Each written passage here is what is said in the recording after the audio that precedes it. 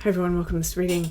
I have my crystal ball off to the side, so I will be scrying throughout this message. If you're new to my channel, my readings are a little different, and if you're returning, welcome back. You know how we do if it doesn't resonate with you. If you're forcing the story to fit, arguing with it in any way, just leave it behind for the people who it's meant for.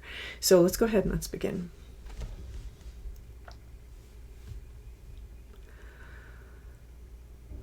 Taking a step aside.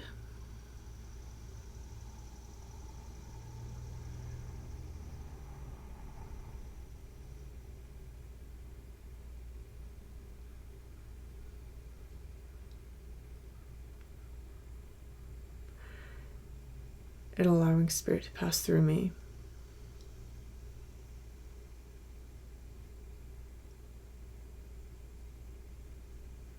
Opening up to receive information.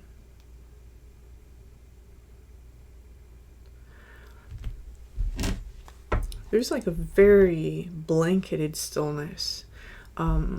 This is the kind of stillness I would expect after a tower falls and the dust settles. It's like whoosh. None of the bugs are still chirping because they're in shock. It's it's like that stillness on a battlefield after a war. Some of you will know what I mean. There's the lingering presence of a heavy ending is also in this energy.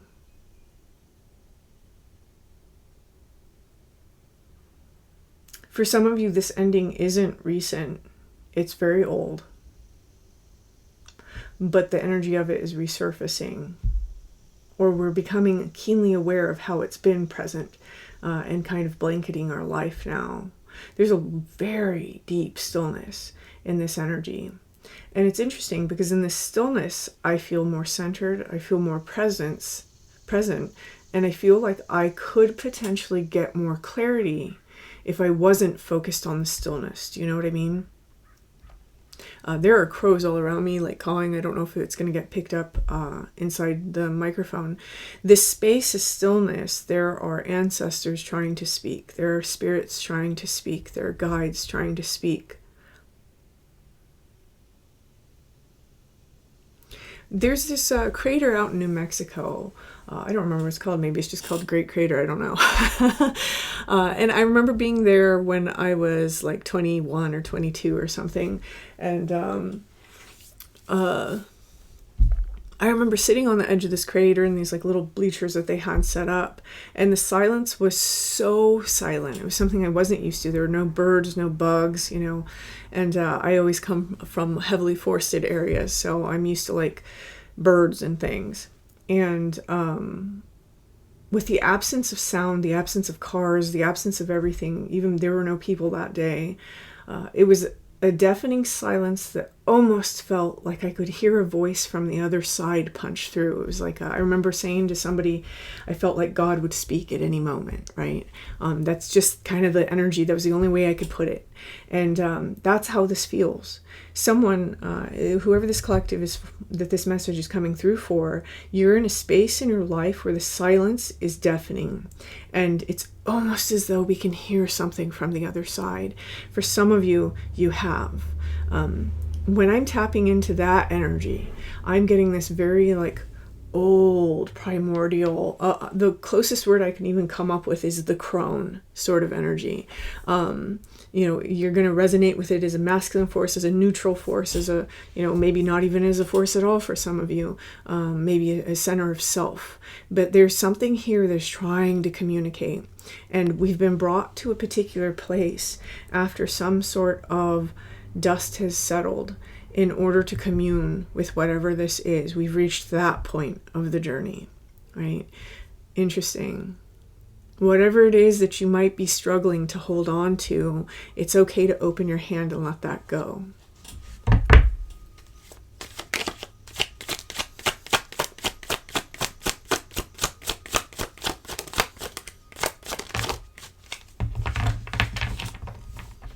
Riddles are about to be answered. A lot of illumination is taking place inside of the space right now, particularly personal illuminations for whoever this message is for.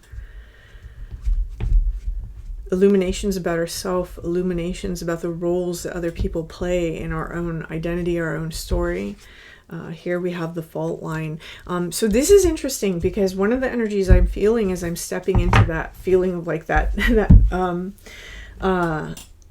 primordial energy of something beyond. What I was actually feeling for that was almost like this very narrow passageway.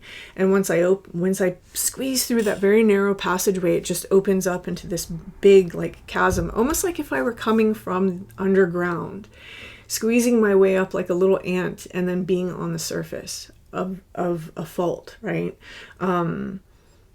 There is something here that's opening up.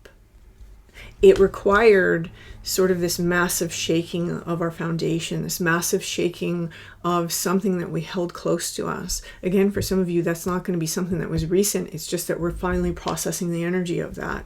And it's because the entire world is opening up now. Okay, the mountain. Now, the mountain inside of the tarot, usually it really represents the spiritual climb, right? The pilgrimage, the spiritual path, and the obstacles in life, and the working out of things to get higher, to become more elevated. Here, what we see is we see a person in this sort of fiery inferno near the top of that mountain, and the question becomes, do we step through the fire and let the fire burn and transform us, basically taking away our identity, taking away our old life, or do we stand in front of it and become stuck? Whoever's message this is, in this silent space, there may be a hesitation or a pause or a look back over the shoulder because of this, right? Or we may just be very tempted to just kind of hunker down and let the silence lull us and be stuck for a while. This is kind of a message that's coming through from whatever this primordial essence is, that no, you have to reach the top to meet me. There is something here that's almost like calling us. I can see it almost like sunlight shining through that fault line, right? The image of that vault or that passageway opening up into like this very dark expanse. I'm seeing something that almost looks like the face of a giant eel. No, of a giant eel. And this is all abstract and metaphorical, so please don't take it literally. But it's like something that is very, very primordial in the human unconscious, is trying to make contact. Someone here, in order to reach this layer, there's a lot of self-healing that has had to happen. There's a lot of internal work. There's also, for some of you, a lot of spirit work that has had to happen, right? What I mean by spirit work isn't necessarily that you go and you conjure things or anything like that. What I mean by that is a lot of mystical experiences, right? Having experiences, having the energies translate themselves to you in humanoid forms and animistic forms. There's a very shamanic leaning here, but also for some of you, it's not necessarily shamanic. It might be more mystical. And so whoever's message this is, even if you don't necessarily visualize, there are experiences and informations that you have gathered, and there is an awareness that there is something else trying to tap in, and we can feel it. We may feel like we're blocked off from it, and it's only because we haven't necessarily reached the vibration that we need to in order to break through. We have to pass this fire first. Whatever this is a process that's currently happening. I don't feel that this collective is going to like miss out on this. Do you know what I mean? Like, I don't know. I don't even feel like I need to say that. I feel like this is a process that's happening. We may be in a place where we're tempted to stay asleep for a while. We may be in a place where we're tempted to go back the way that we came for a little while. But eventually, this is the process that we'll complete. We're at a place where we could do this now. Again, there's something here in the darkness. Remember that sort of expanse with that face that I'm seeing. You can see the eyes here. And there's something that's preventing us from being able to pierce it, to be able to make contact. We are standing in our own way somehow. And usually when we do these things, it's out of fear, it's out of safety, it's out of comfort. It's not wanting to face the anxiety. It's not wanting to face the discomfort, right? And anxiety is an interesting teacher. Anxiety is always trying to teach us something. It's always trying to teach us what is the actual situation going on around us right now that we're trying to resist. It's a product of resistance. And when we can allow ourselves to open up to that energy, to accept the situations as they are, to accept our place in those situations and our responsibility to create better situations, then we allow that energy to pass through us. And this alleviates that anxiety a great deal. You can even sit down and do a short meditation like that, closing your eyes and imagining the anxiety being around you and allowing yourself to just breathe and open up and accept the situation that you've been resisting and allow that energy to pass through you, right? And away from you. For someone here, it's that discordant energy may be what's blocking you. So if you are struggling with anxiety right now, try that, because there's information here for you. There's something that's trying to answer your questions. It's trying to help you better your life. For others of you, there may be certain patterns that we repeat, certain habits that we repeat. There may be things that we keep enacting that are repetitious patterns from how we coped as children. There can be all kinds of things that are preventing us here from taking that last step into this fire, right? Which is required to have that transcendent quality in order to rise to the top of the mountain. This being, whatever it is, I keep hearing it holds place in the stars. And I'm not even going to try to interpret that, because I actually feel that that's going to mean something different for everyone. But it holds place in the stars. This star that's at the top of the head for me represents illumination, divine illumination.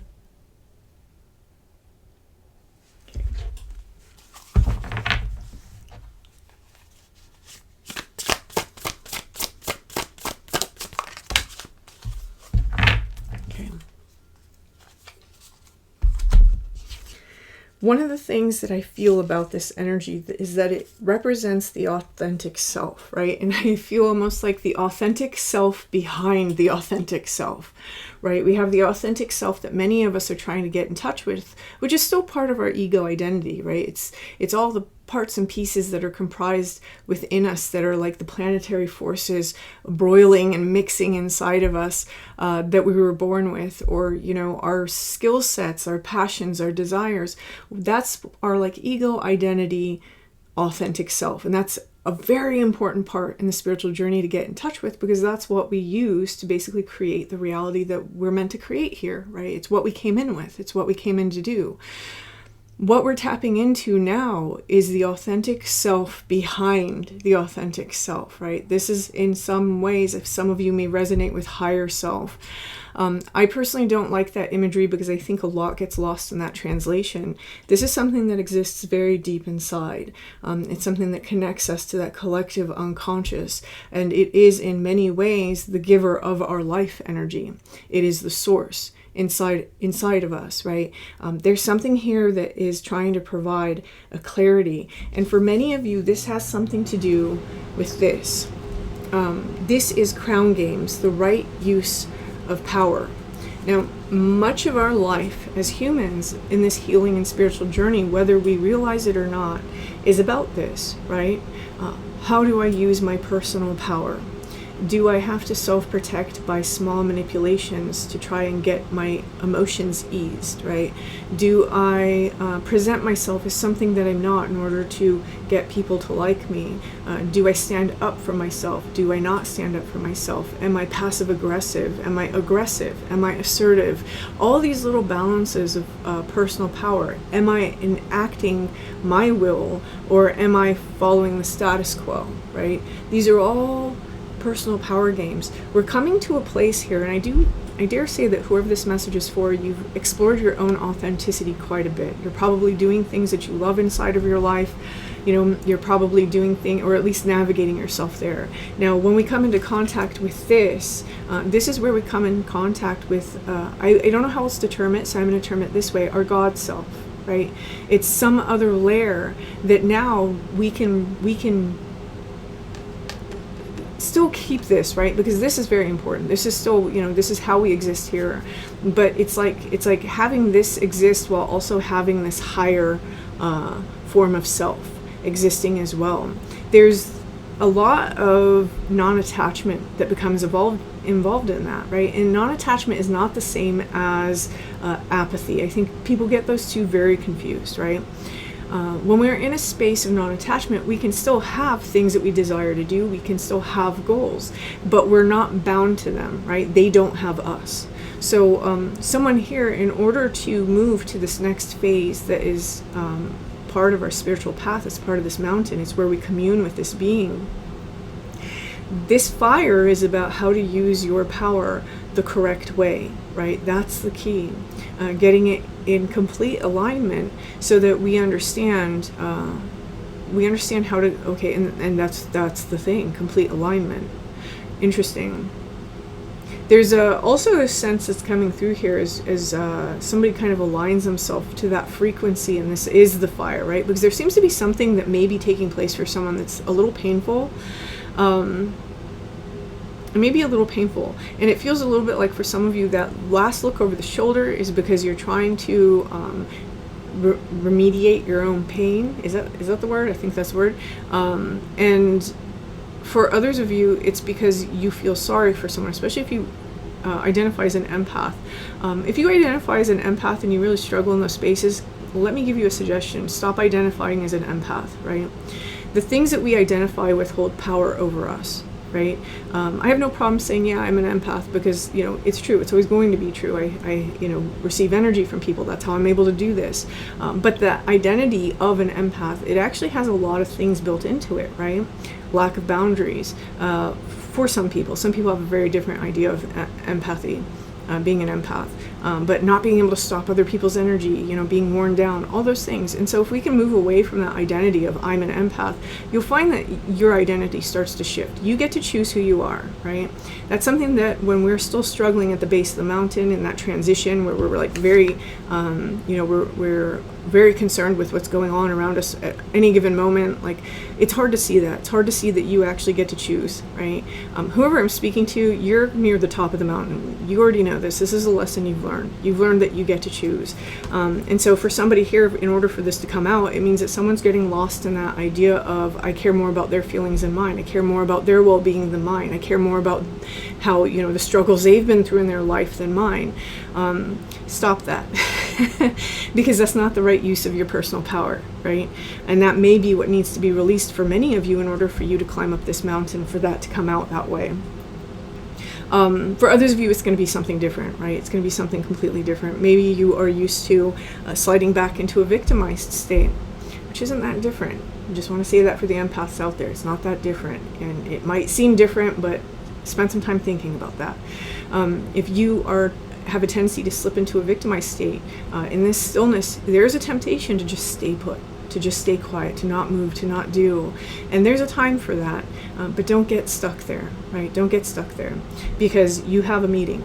You have a date with destiny, is kind of how that feels to me here with this.